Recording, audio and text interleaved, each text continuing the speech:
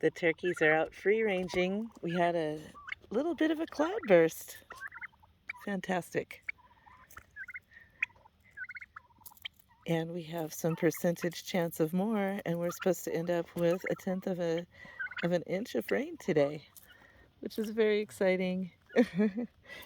This water just barely even touched the surface, but it certainly cooled the day down. It was about 96 degrees today, and now it's just very comfortable.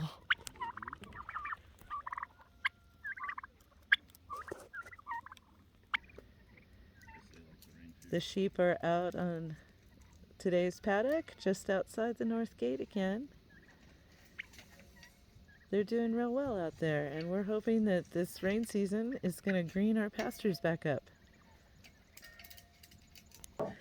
And the guys have set up the easy up here. They've been working on the inside of the container build. So there's a lot going on in here, but that section's been done, and this one going on that side of the door. And then I believe they're completing some ceiling sections,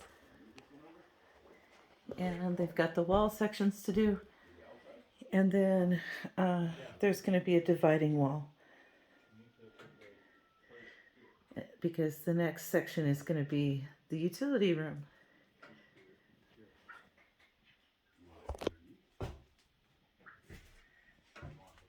So they've got a bunch of insulation behind the whiteboard, and we're thinking it'll be a lot of fun to write on these walls, these whiteboard walls. So what we've got going on out here is a strand of polyline that attaches to the nucleus fence for its electricity, and that's a larger kind of mega paddock, and then inside of it is the netting, which is like the 40-foot square. And so the sheep are inside the netting, and Amarok is outside the netting but inside the polyline, and that way he can go all the way around them and protect them from any predators. But at the same time, they have their own spaces because he is quite rambunctious as a 1-year-old, and it's just safer this way. But he's still doing his work, and they're still doing their work out here in the paddock in our upper flat pasture land up here. And this is our temporary solution until we get a good solid perimeter fence around the whole entire property. But I still kind of like it because this way he just stays near them, but they have their own spaces, and so everybody's happy.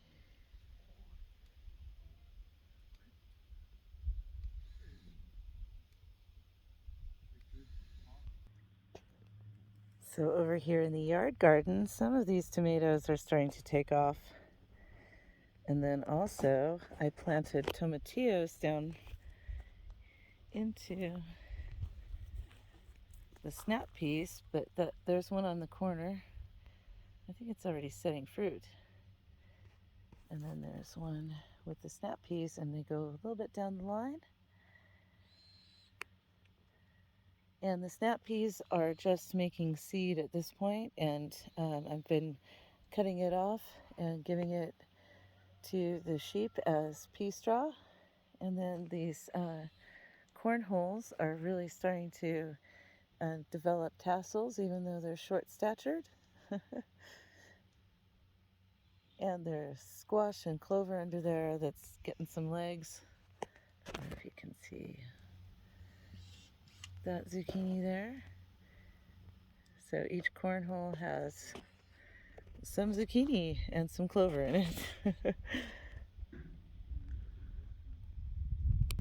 So I've been going along here and, like I said, trimming down the snap peas, and then I planted some okra in the first section and some bush beans intercropped in there, leaving the roots in the soil.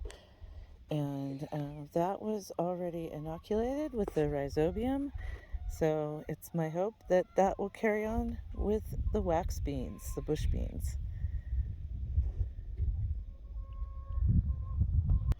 Over here in the onion patch, this morning the cats came and they were acting crazy in here, wrestling and flopsing around, and they knocked down a few of the onions, as you can see there. But overall, we've been harvesting the onions to eat, so no more store-bought onions for us this year. Check that one out. And so we have two kinds of sweet white ones and one type of sweet red ones.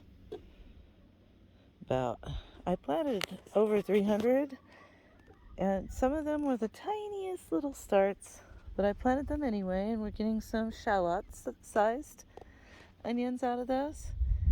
Very strong but sweet flavor.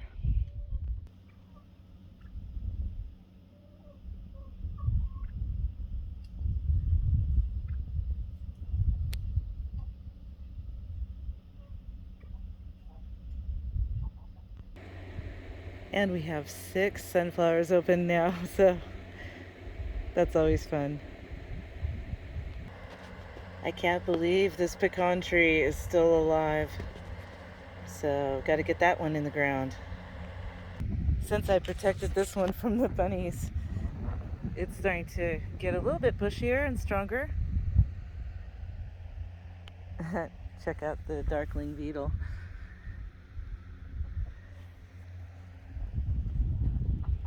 These are about ready to bust. And then, like I said, I'm growing these out as seed. And these ones are still pretty soft. They have to get papery. They have to like shake like a rattle when they're ready. And so I have a messy garden because otherwise you have lots of bare soil, windswept dust, sand. So I've tried to keep it covered with the rabbit cardboard and lots of animal litter, and then our cover crop is the native plants that want to grow here.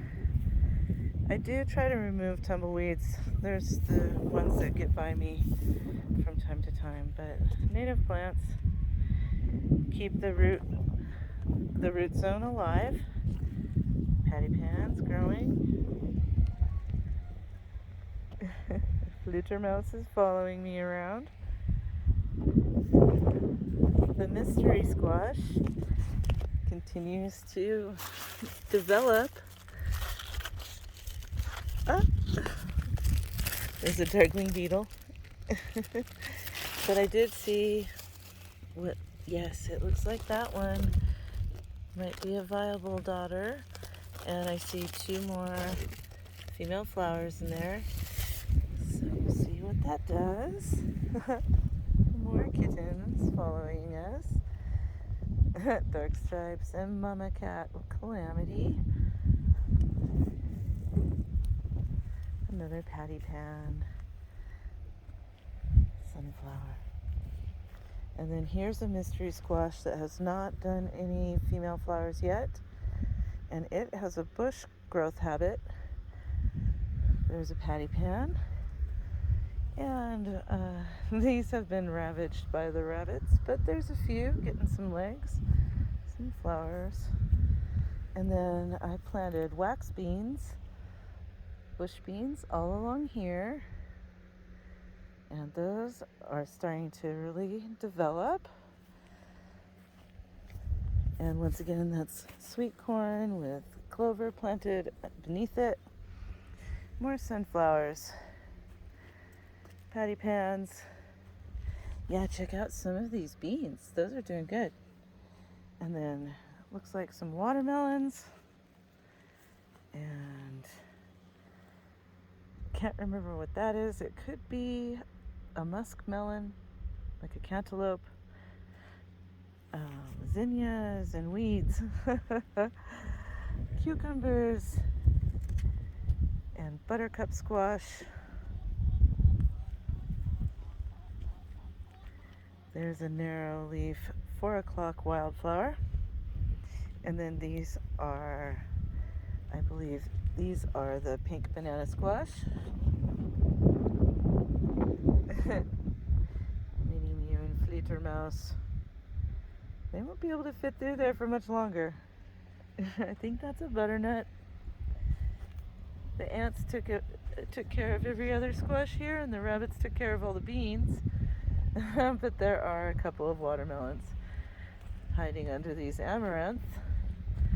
That one's actually starting to look awesome.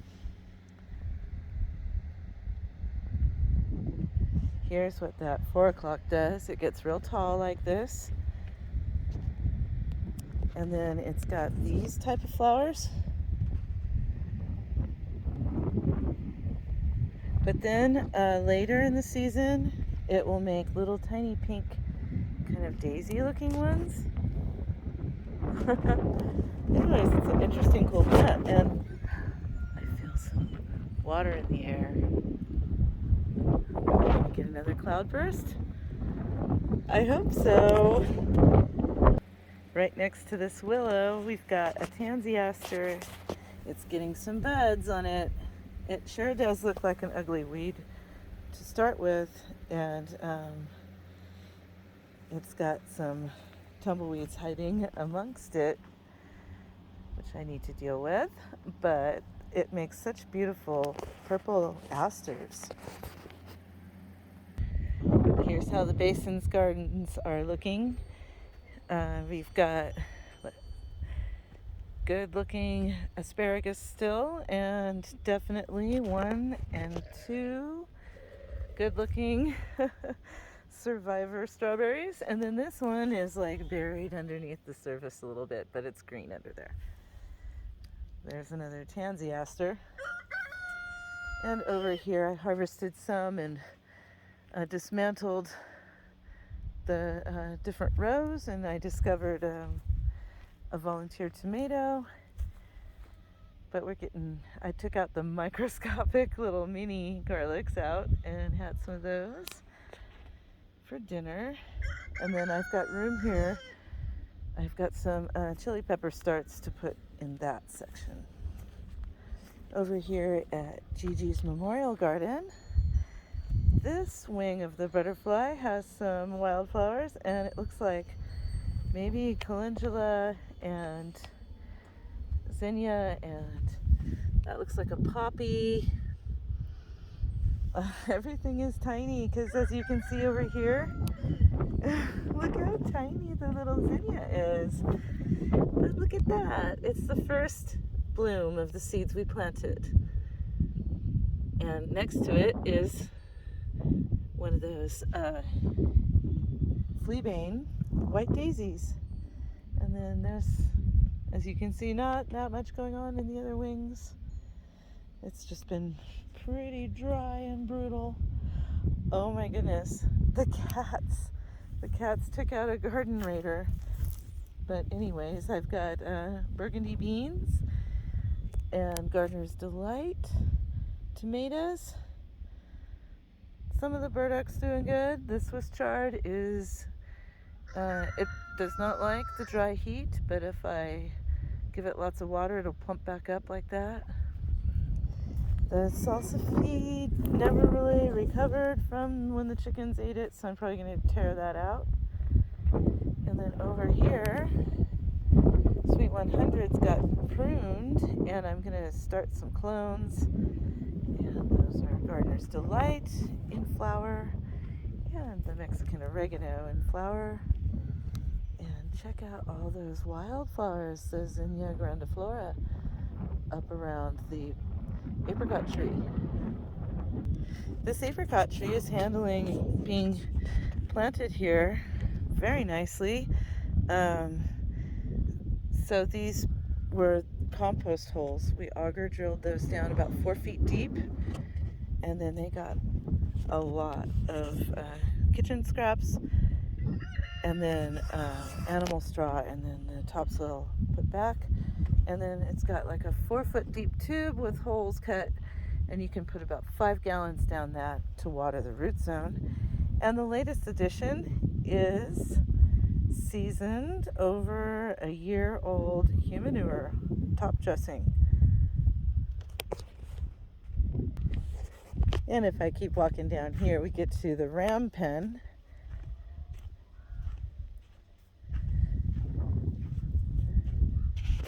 Hi guys.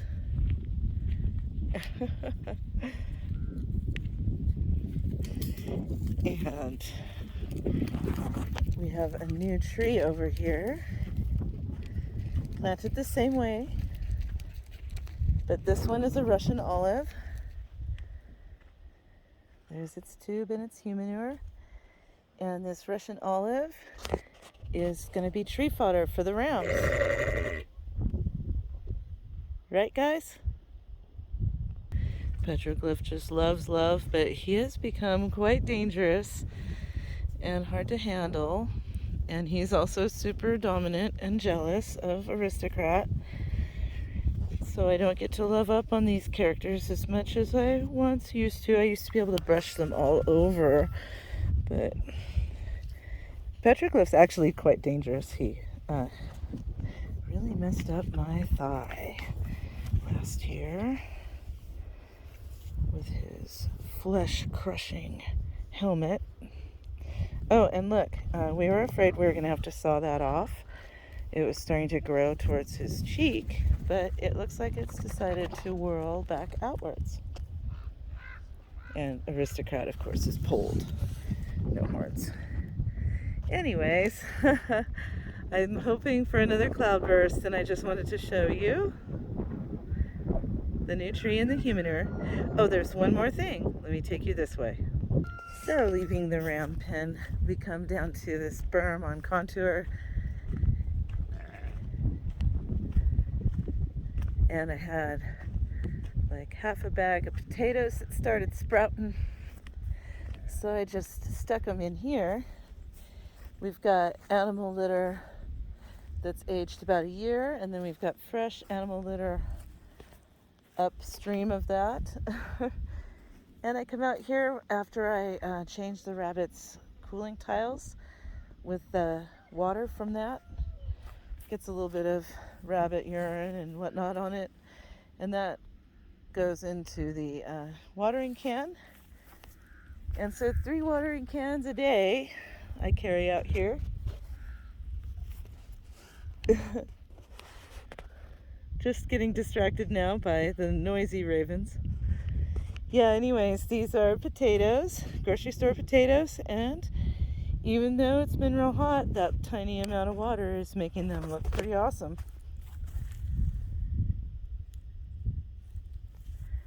So last year this berm only grew tumbleweeds, and this year tumbleweeds plus potatoes.